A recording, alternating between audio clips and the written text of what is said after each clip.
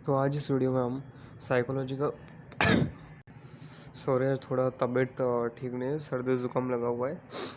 तो आज हम साइकोलॉजी का जो 7th चैप्टर है, first aid in mental health, वो हम चालू करने वाले हैं 12th स्टैंडर्ड का साइकोलॉजी का। ठीक है, उसके हम एक्सरसाइज सॉल्व करेंगे डायरेक्टली। तो चलो सीधा हम जाते हैं एक्सरसाइज पे। तो वो है पेज नंबर, बता देता हूँ मैं आपको।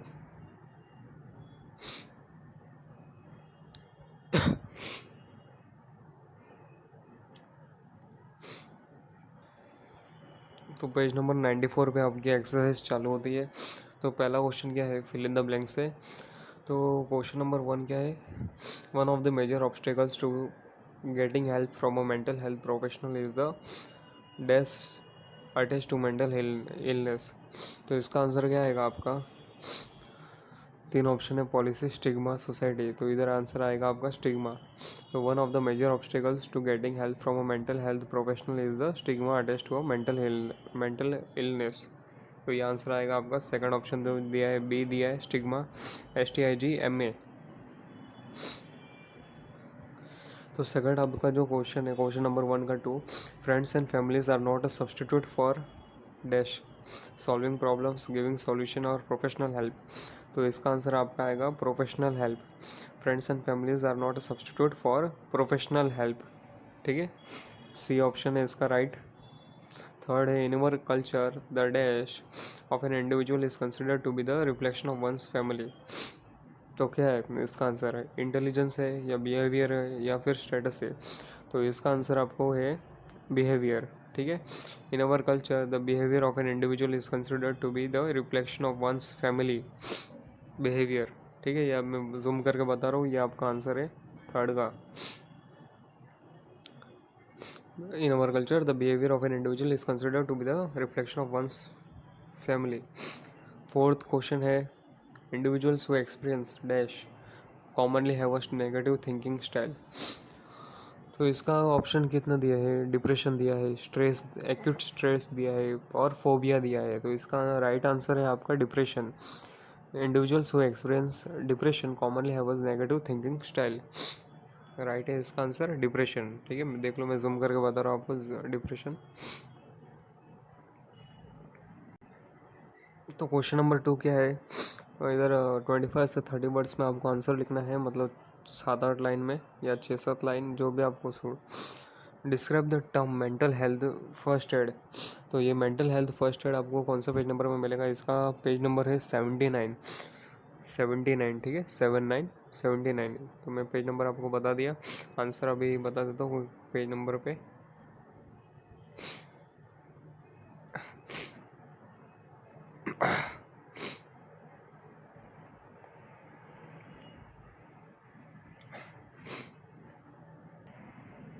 ये देखो हम पेज नंबर 79 पे आ गए और ये मिल गया हमें मेंटल हेल्थ फर्स्ट एड। ये देखो डू यू नो लिखा है, इसके इधर ये पूरा आपको सेम टू सेम लिख देना, आप कुछ चेंजेस करने की ज़रूरत नहीं है, और करना है तो आपके ओन वर्ड्स में करो ताकि, और समझना चाहिए, ऐसा नहीं कि कुछ भी लिख दो, समझने के जैसा लिख देना और आपको आता ही होगा।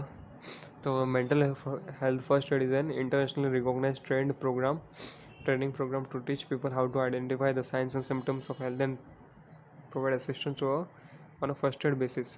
तो ये आपका आंसर, ये पूरा लिख दो, ऑस्ट्रेलिया तक लिख दो पूरा मतलब। तो सेकंड क्वेश्चन नंबर 2 का 2 क्या है, what are the stigmas attach to mental illness. ठीक है, what are the stigmas attach to mental illness. तो इसका आंसर मैं आपको पेज नंबर 81 पे पेज नंबर 81 है इसका आंसर। तो पेज नंबर 81 पे जाते हैं हम।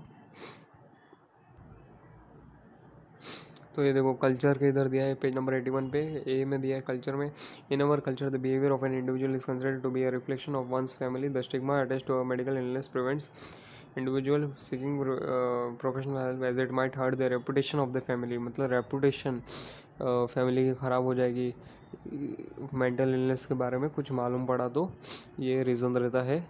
तो ये आपको थोड़ा एलोबरेट या फिर ओन वर्ड्स में थोड़ा बड़ा करके लिख देना है आपको आंसर इसका। तो अभी हम चलते हैं थर्ड क्वेश्चन की तरफ।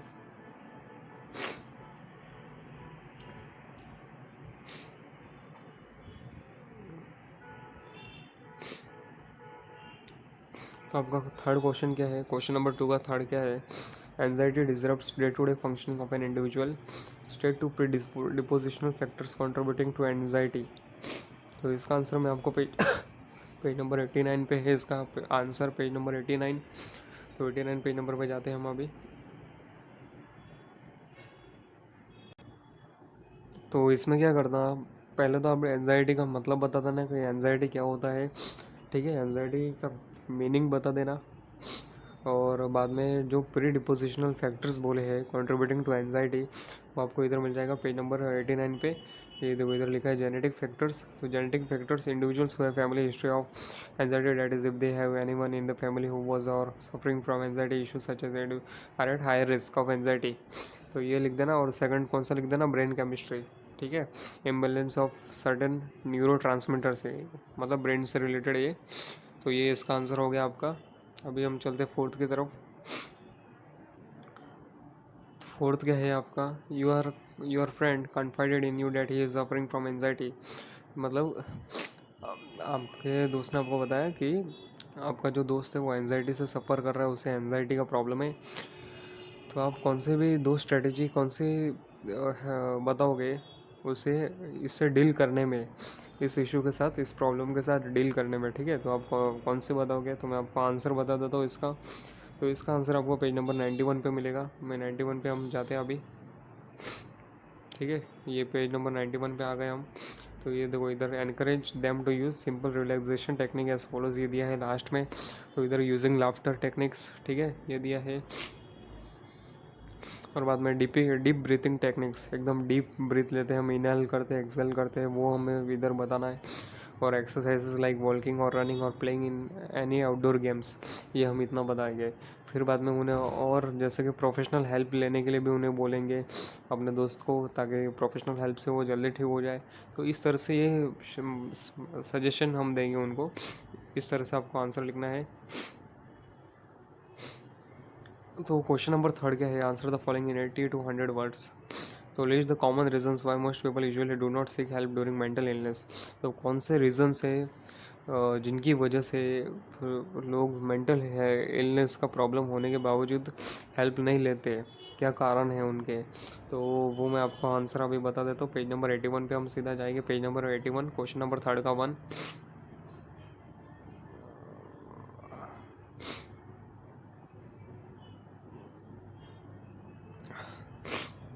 तो ये देखो पेज नंबर 81 पे हम आ गए।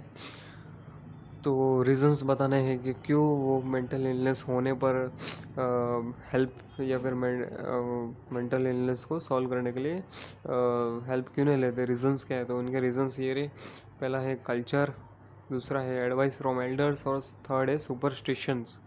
तो इसमें जो दिया है वो आप लिख दो सेम टू सेम, या फिर आपके ओन वर्ड्स में, आपको जैसा अंडरस्टैंड ज़्यादा अच्छे से होगा उस तरह से आप लिख दो, ताकि आपको अच्छे से याद रहे, उस हिसाब से लिखना, ठीक है।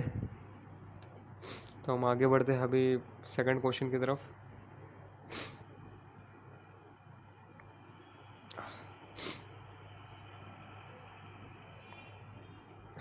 तो क्वेश्चन नंबर थर्ड का क्या है, 2, explain the algae model in your own words. जो ये एल्गी मॉडल है या एलजी, जो भी आपको बोलना है वो बोलो। तो इसको आपके ओन वर्ड्स में आप बताना है कि ये एलजी मॉडल क्या है, कैसा है, ठीक है, एक्सप्लेन करना है। तो मैं बता देता हूँ ये आपको आंसर किधर मिलेगा, मतलब थोड़ा आइडिया लेने के लिए बता देता हूँ किधर मिलेगा। तो इसके लिए आपको पेज नंबर 82 पे जाना है, डायग्राम दिया हुआ है पेज नंबर 82 पे।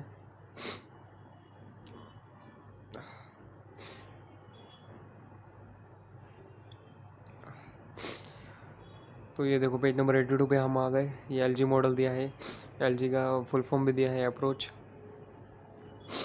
ठीक है। तो ये डायग्राम आप बना देना जब भी अगर कोई एलजी का क्वेश्चन पूछा है या फिर इससे रिलेटेड कुछ पूछा है, तो ये डायग्राम तो आपको बना ही देना, ये फ्लो चार्ट या जो भी आप बोलोगे इसको।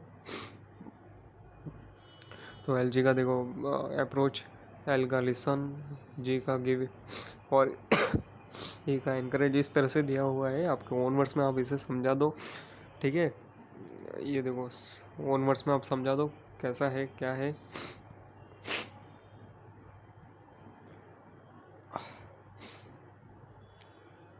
तो क्वेश्चन नंबर थर्ड क्या है, enumerate the various symptoms an individual with anxiety disorder exhibits. तो कौन से वो सिम्टम्स है एक पर्टिकुलर पर्सन या इंडिविजुअल शो करता है जब उसे एंजाइटी से वो एंजाइटी डिसऑर्डर होता है उसे, या फिर एंजाइटी से वो सफ़र कर रहा है। तो इसका आंसर आपको पेज नंबर 90 पे मिलेगा, page number 90।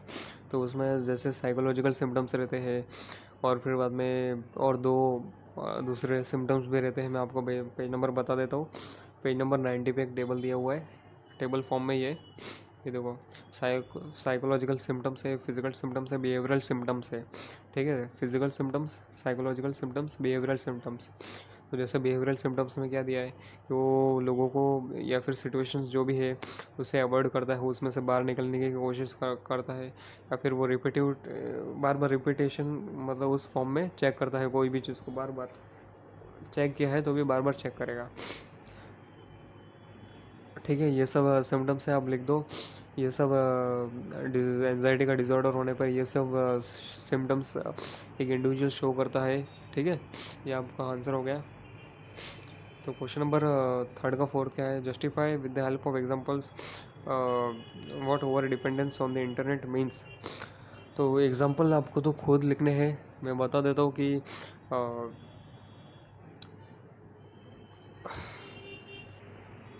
Over dependence on internet की वजह से क्या क्या होता है, कैसे है। तो इसका आंसर पेज नंबर आपको 93 पे मिलेगा, पेज नंबर 93। तो ये देखो, पेज नंबर 93 में हम आ गए। तो जब एक पर्टिकुलर इंसान, एक इंडिविजुअल इंटरनेट पे ज़्यादा ही डिपेंड रहता है तो कैसे क्या क्या उसे होता है, जैसे वो प्रोक्रेस्टिनेट करता है, मतलब कोई भी अगर काम करना है तो उसमें डिले करता है, प्रोक्रास्टिनेट करता है, बोलता है बाद में करूँगा, इस बार नहीं हुआ तो कल करूँगा, फिर से कल कल आने पर फिर से उसे डिले करता है, हर बार डिले करता है। तो ये तो प्रोक्रास्टिनेशन। और फिर बाद में जो रूटीन रेगुलर जो काम, जैसे स्कूल जाना है या फिर रोज़ खाना खाना है, तो उसमें भी कंटाला करता है, आलसपन करता है, या फिर उसे बोरिंग लगने लगता है, और उसे टाइम का अंदाज़ा ही नहीं रहता, इतना वो इंटरनेट के वजह से खोया हुआ रहता है, या फिर सर्फिंग करता है ऑनलाइन पे, तो उसे टाइम का कुछ अंदाज़ा ही नहीं रहता क्या टाइम चल रहा है। ठीक है, तो इस तरह से ये सब 8 से 10 मतलब बताया गया है ओवर, जो भी इंसान इंडिविजुअल डिपेंड रहता है इंटरनेट के ऊपर, तो उसको आप एग्जांपल के साथ आपको बताना है कि क्या। तो ठीक है, ये हो गया। अब इधर एक केस स्टडी दिया है कि Sujata is now a sad and lonely girl, she has cut of her self from all relatives and family friends. तो इधर क्या है कि सुजाता एक उदास और अकेली लड़की है एकदम वो, और फिर बाद में उसने अपने दोस्तों के साथ और जो अपने रिलेटिव्स है उनसे भी एकदम दूर दूर रहने लगी है, वो अकेले अलोन रहती है। और बाद में जो भी उसमें कॉलेजेस में प्रोग्राम होते हैं, फैमिली फंक्शन होती है, उसमें भी पार्टिसिपेट नहीं करती, वो पूरा हमेशा लाइब्रेरी में बैठी रहती है। ठीक है, और बाद में उसका जो कॉन्फिडेंस है, सेल्फ कॉन्फिडेंस, वो भी वो एकदम खो दिया है उसने। और बाद में घर पे वो बेडरूम में खाना प्रेफर करती है, और बाद में मोबाइल या टेलीविज़न में ज़्यादा इन्वॉल्व रहती है। तो इधर एलजी मॉडल है, जो भी एलगी या एलगी मॉडल, उसके वजह से उसके हेल्प से जो सुजाता की मेंटल हेल्थ है उसे आप कैसे इम्प्रूव करेंगे। तो ये इधर क्या करना है कि आपको एलजी मॉडल जो भी दिया था वो उसके बेसिस पे आपको इधर आंसर लिखना है। ठीक है, तो एलजी मॉडल के आपके जो ए से क्या है, एल से जैसे लर्निंग है, जी से गिव है, ई से कुछ था, मतलब याद नहीं आ रहा है, मैं एक मिनट बता देता हूँ आपको कि वो एलजी मॉडल आपको कौन से पेज नंबर पे मिलेगा। ठीक है, पेज नंबर 82 पे हम जाते हैं।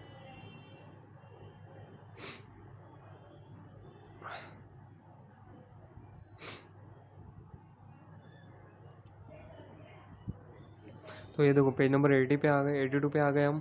तो approach assess and assist in any crisis. तो हमें जैसे क्राइसिस हमें क्या है उस सुजाता के साथ, या फिर क्या सिचुएशन है, जैसे वो उदास रहते हैं, लोनलीनेस होती है, तो वो हमें असेस करना है कि क्या सिचुएशन है या फिर कैसे वो क्या हो रहा है। और बाद में लिसन, वो क्या बोलना चाह रही है उसे लिसन, समझो, कुछ जजमेंट मत दो कि वो क्या बोल रहे, तो उसके कुछ अपना ओपिनियन ओन बनाओ मत, उसका सुनो और उसे सपोर्ट करो। ठीक है, और और उसे एनकरेज करो कि वो एक प्रोफेशनल हेल्प, मतलब एक जो प्रोफेशनल पर्सन है इस फील्ड में एकदम एक्सपर्ट है, उसकी हेल्प लेने के लिए बोलो उसे। और बाद में उसको खुद की मदद, उसे बोलो कि तू खुद ही मतलब अपनी मदद कर सकती है वो। और बाद में उसे जो स्ट्रेटेजीज आप बता सकते हो उसे सपोर्ट करने के लिए वो बताओ, ठीक है। इस तरह से आप ये कर सकते हो। तो ये हमारा चैप्टर पूरा हो गया। तो अगर आपको अच्छा लगा तो लाइक कर दो, और नहीं लगा अच्छा तो डिसलाइक कर दो। और अगर कुछ हेल्प चाहिए रहेगा तो आप कमेंट करके बता दो, मैं आपकी हेल्प करने के लिए तैयार हूँ, जितना होगा उतना करूँगा, ठीक है। और अच्छा लगा वीडियो तो सब्सक्राइब कर दो, ठीक है। ओके।